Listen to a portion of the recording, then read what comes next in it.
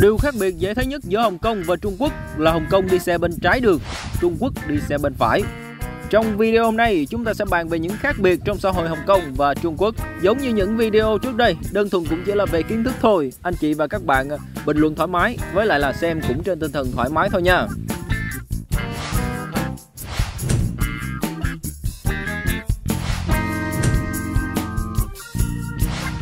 Trung Quốc đại lục được hiểu là phần đất liền và các đảo ven bờ của nước Cộng hòa Nhân dân Trung Hoa, bao gồm cả đảo Hải Nam, nhưng không bao gồm Hồng Kông, Macau và Đài Loan. Đây là một thuật ngữ thiên về chính trị hơn là địa lý. Trung Quốc đại lục thì có tổng diện tích là 9.597.000 km², còn Hồng Kông thì quá nhỏ so với con số này. Xin cắt ngang một chút và nói về lịch sử để anh chị và các bạn có thể nhớ lại, cũng như là để những em nhỏ hơn có thể nắm được nội dung một cách thống nhất.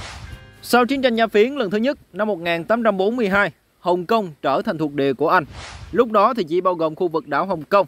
Sau đó thì nhà Thanh nhượng cho Anh thêm khu vực bán đảo Cửu Long và đảo Ngang Thuyền Châu. Đến năm 1898, lãnh thổ Hồng Kông mở rộng đến khu Tân Giới khi mà nhà Thanh cho Anh thuê 99 năm.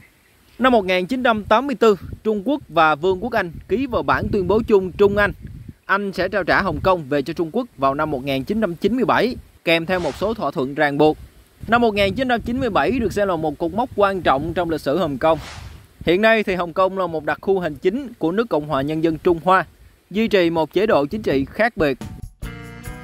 Sau các lần mở rộng đáng kể như vậy thì Hồng Kông hiện cũng chỉ có khoảng là 1.110 km², tức là diện tích của Trung Quốc đại lục thì gấp khoảng 8.600 lần Hồng Kông.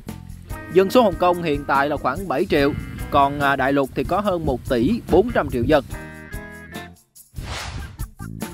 Quan thoại và tiếng Quảng Đông. Tất nhiên ở Trung Quốc đại lục thì có nhiều ngôn ngữ và phương ngữ. Tuy nhiên ở đại lục thì ngôn ngữ phổ biến nhất là quan thoại hay tiếng Trung Quốc phổ thông. Ngược lại ở Hồng Kông lại dùng tiếng Quảng Đông. Quan thoại và Quảng Đông đều dùng chữ tượng hình, nhưng đây là hai ngôn ngữ khác nhau từ cách viết, cách phát âm, cách đặt câu, vân vân. Xin lỗi các bạn luôn, tôi không có biết ngôn ngữ này cho nên là phần này nói nó chưa chuẩn thì mong các bạn bình luận góp ý nha. Quan thoại sử dụng tông giọng rất cao, ví dụ như là Nǐ zài nǎ lǐ, Nǐ shi shen me. Còn tiếng Quảng Đông thì khác, rất là thấp, nghe thì rất là trầm. Ví dụ như là Nǐ cải rồi á, ngõ 30 rồi là lý dậu mẫu nǐ phăng dậu mẫu ngọ tả lị. Người Hồng Kông thì sử dụng chữ Hán phồn thể, tức nghĩa là bảo tồn tính tượng hình của chữ viết, giống như là Đài Loan vậy. Còn Trung Quốc thì dùng chữ giản thể, nghĩa là lược bớt một số nét trong chữ viết. Họ viết ít nét hơn, nhanh hơn, nhưng mà nhiều khi thì nó cũng mất đi ý nghĩa ban đầu của chữ Hán. Có một sự thật như thế này, tiếng Quảng Đông còn được gọi là Việt ngữ. Họ có một phương pháp phiên âm từ chữ tượng hình sang chữ Latin gọi là Việt Bính. Nhưng mà chúng ta cũng không nên nhầm lẫn Việt ngữ Quảng Đông với là tiếng Việt của người Việt Nam nha.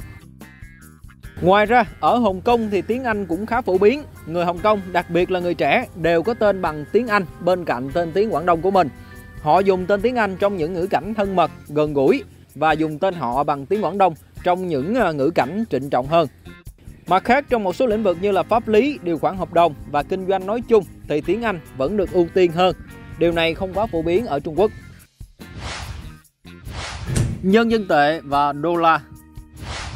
Tôi đang nói về kinh tế, đáng lẽ này có 3 cái khác biệt cơ bản nhưng mà tôi gộp chung tại vì nó là ở mặt kinh tế. Giữa Hồng Kông và Trung Quốc thì có 3 cái khác biệt như thế này. Đầu tiên, kinh tế Hồng Kông thì có thế mạnh về dịch vụ, tài chính, còn ở Trung Quốc thì có thế mạnh là sản xuất. So với Trung Quốc thì Hồng Kông không giỏi sản xuất hàng hóa, nhiều mặt hàng phụ thuộc vào nhập khẩu từ bên ngoài. Còn hàng hóa ở Trung Quốc thì phải nói là dồi dào và dùng từ là thượng vàng hạ cám. Tất nhiên gần đây thì đại lục cũng giảm bớt tỷ trọng của ngành sản xuất và gia công đơn giản.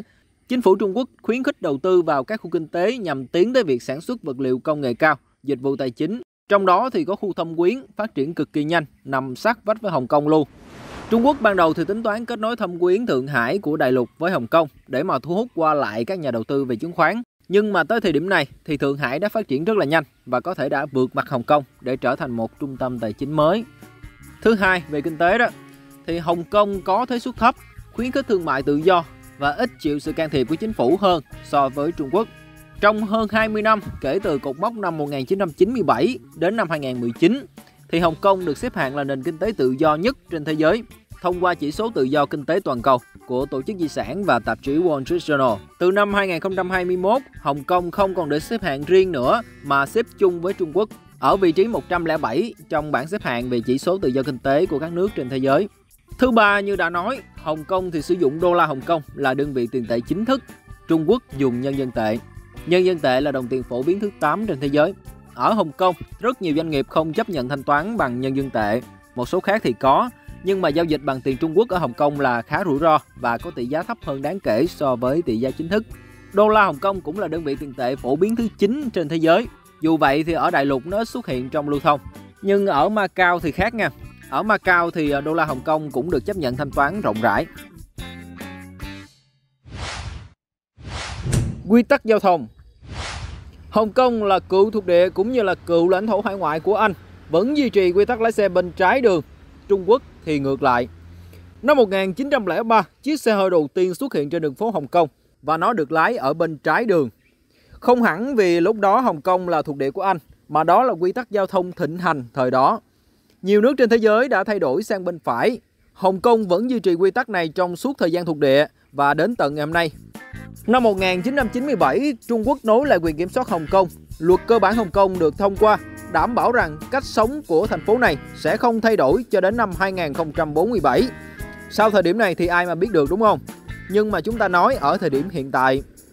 Quy tắc lưu thông bên trái tất nhiên cũng là một phần cách sống của người Hồng Kông, nên vẫn được đảm bảo như trước đây.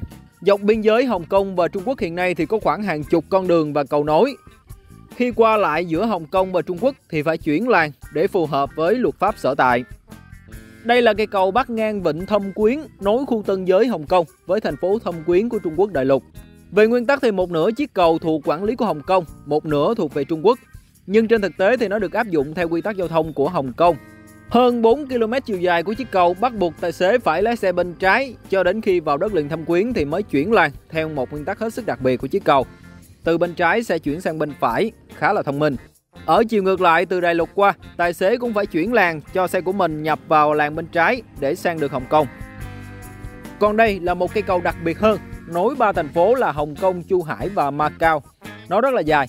Còn một điều đặc biệt nữa là vì trong ba thành phố này, Hồng Kông và Macau là hai thành phố lái xe bên trái, còn Chu Hải là một thành phố của đại lục lái xe bên phải.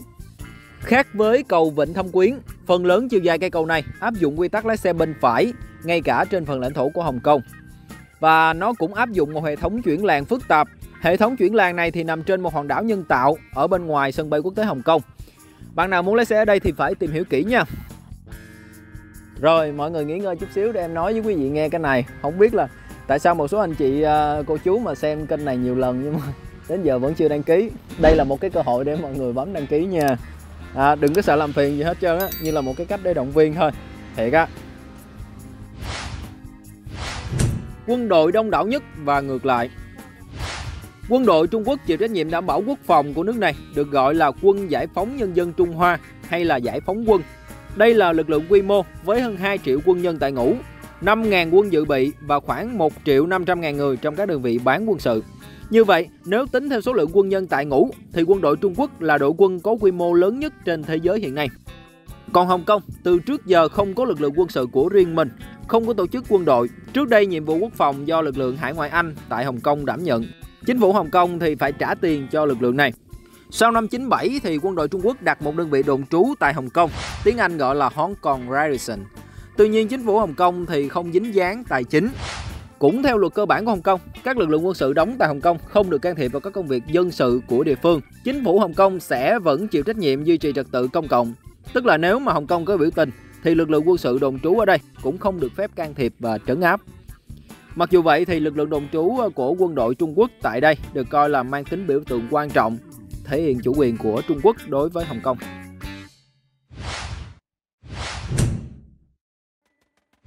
Chúng ta cũng biết là mạng xã hội và các công cụ tìm kiếm trực tuyến ở Trung Quốc là một cái môi trường khác biệt so với đa số thế giới. Công cụ tìm kiếm Google ra mắt tại Trung Quốc vào năm 2006 và đột ngột rút khỏi thị trường này vào năm 2010. Do vấp phải sự kiểm duyệt nội dung mạnh mẽ từ nước này, công cụ tìm kiếm này bị hạn chế các cái hiển thị về các bài phát biểu và nội dung chính trị nhạy cảm. Sau khi rút khỏi thị trường này thì Google cũng đã vấp phải hệ thống tường lửa, hạn chế truy cập bởi người dùng từ đại lục. Tương tự thì nhiều mạng xã hội như là Facebook, Twitter cũng như là YouTube bị chặn. Một số trang báo của Mỹ, Anh, Pháp cũng không thể truy cập được ở Trung Quốc. Thay cho Google thì họ có Baidu, tức là Bách Độ để tìm kiếm. Trang web này thì đang chiếm lĩnh khoảng 70% thị phần trong lĩnh vực tìm kiếm trực tuyến ở Trung Quốc. Thay cho Facebook, Twitter thì họ có Weibo, một trong những nền tảng truyền thông xã hội lớn nhất ở đại lục. Ngược lại, tại Hồng Kông thì hầu như tất cả các trang web và mạng xã hội vừa kể đều có thể truy cập. Nhiều nghệ sĩ Hồng Kông thì có lập kênh YouTube cũng như là Facebook, Instagram. 2 chế độ. Trung Quốc theo chế độ xã hội chủ nghĩa, điều hành bởi Đảng Cộng sản. Đại hội đại biểu nhân dân toàn quốc giữ quyền lập pháp. Đại biểu trong đại hội này được bầu bởi các đại biểu ở các đại hội cấp tỉnh. Đại đa số đều là đảng viên. Hội nghị Hiệp thương Chính trị Nhân dân có vai trò như là một cơ quan cố vấn chính trị. Quyền hành pháp thì do Quốc vụ viện thực hiện. Đứng đầu Quốc vụ viện là Thủ tướng. Thủ tướng thì do Chủ tịch nước bổ nhiệm và Chủ tịch nước mới là nguyên thủ quốc gia. Kể từ thập niên năm 1990, nhìn chung thì Chủ tịch nước cũng đồng thời là Tổng bí thư Đảng Cộng sản Trung Quốc. Người này thì giữ vai trò lãnh đạo cả về mặt đảng và nhà nước. Ở Hồng Kông, trước đây Hội đồng lập pháp Hồng Kông cũng được chính phủ Hồng Kông chủ trì bởi người đứng đầu được gọi là Thống đốc Hồng Kông, được Vương quốc Anh bổ nhiệm. Hầu như các thống đốc thời đó đều là người Anh. Đến năm 1991, sau tuyên bố chung Trung Anh, Hội đồng lập pháp Hồng Kông được bầu cử bằng hình thức trực tiếp.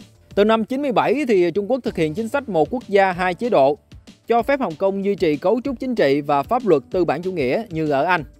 Luật cơ bản Hồng Kông có thể được coi là hiến pháp của đặc khu này, quy định rằng hệ thống và chính sách xã hội chủ nghĩa sẽ không được thực thi ở đặc khu hành chính Hồng Kông. Hệ thống và lối sống tư bản chủ nghĩa trước đây sẽ không thay đổi trong vòng 50 năm. Thống đốc Hồng Kông thì đã được thay thế bằng chức danh là đặc khu trưởng. Trung Quốc hứa hẹn rằng các đặc khu trưởng cuối cùng sẽ được bầu bằng hình thức là phổ thông đầu phiếu. Nhưng mà hiện nay thì đặc khu trưởng Hồng Kông vẫn được bầu theo hình thức là dân chủ gián tiếp. Có nghĩa là đặc khu trưởng của Hồng Kông sẽ được bầu bởi một cử tri đoàn gồm 1.200 thành viên. Các ứng viên cho chức đặc khu trưởng thì phải được chính phủ Trung Quốc phê chuẩn. Đây cũng là một trong những lý do mà các cuộc biểu tình dân chủ diễn ra ở đặc khu này. Thông luật và dân luật. Các bạn nào xem phim Hồng Kông và Trung Quốc thì có thể thấy là những phiên tòa xét xử ở Hồng Kông và Trung Quốc thì khác biệt nhau, cả về trình tự xét xử cho tới hình thức của thẩm phán luật sư. Thực ra thì nó đại diện cho sự khác biệt của hai hệ thống pháp luật phổ biến nhất trên thế giới. Hồng Kông vận hành theo thông luật Common Law, giống như các nước Anh, Mỹ, Úc, New Zealand. Trung Quốc đại lục thì theo dân luật Civil Law, giống như các nước là Pháp, Đức, Việt Nam. Trong pháp luật của hệ thống dân luật thì quy định cụ thể về những hành vi phạm tội kèm theo mức chế tài. Những tình huống ở trong luật thì dựa vào nghiên cứu của những chuyên gia làm luật nhằm bám sát tất cả các mặt của đời sống như là lao động, hành chính, đất đai, vân vân. Còn thông luật thì dựa vào tập quán, đúng như tên gọi thì nó dựa vào những cái thông lệ và quy tắc bất thành văn. Quyết định của tòa án chính là cơ sở của luật. Người ta sẽ dùng những cái bản án được phán quyết trước đây để làm căn cứ xét xử cho những vụ án có tính chất tương tự theo nguyên tắc là công bình. Chúng ta thấy rằng là luật sư ở hệ thống dân luật thì chỉ cần biết rõ các điều khoản ở trong luật để làm căn cứ. Còn luật sư ở thông luật thì phải nắm được tình tiết và bản án của các vụ án trước đó. Người ta gọi đó là nghiên cứu tiền lệ án hay là án lệ.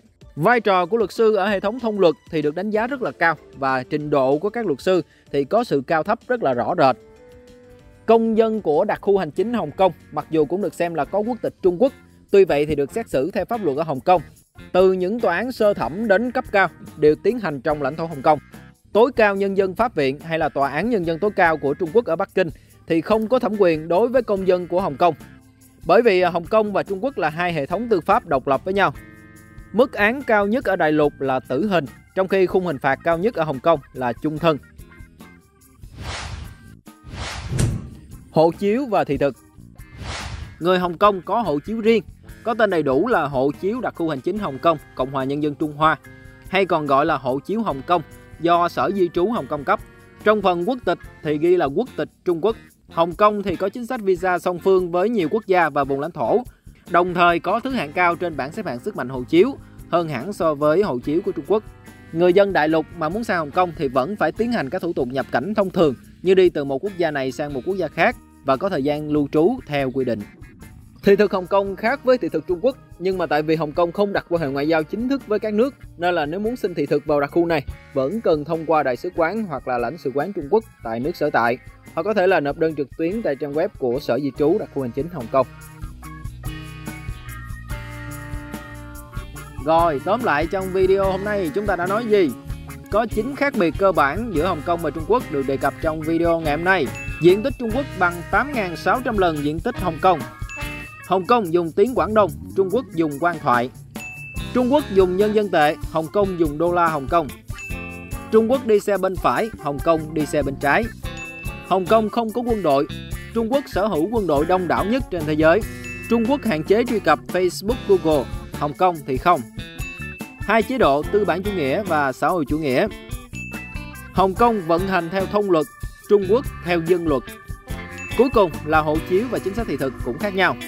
Cảm ơn các bạn đã theo dõi video này. Xem đến đây mà không đăng ký là buồn lắm luôn á nha. Cảm ơn cô chú, anh chị, các bạn và các em nha.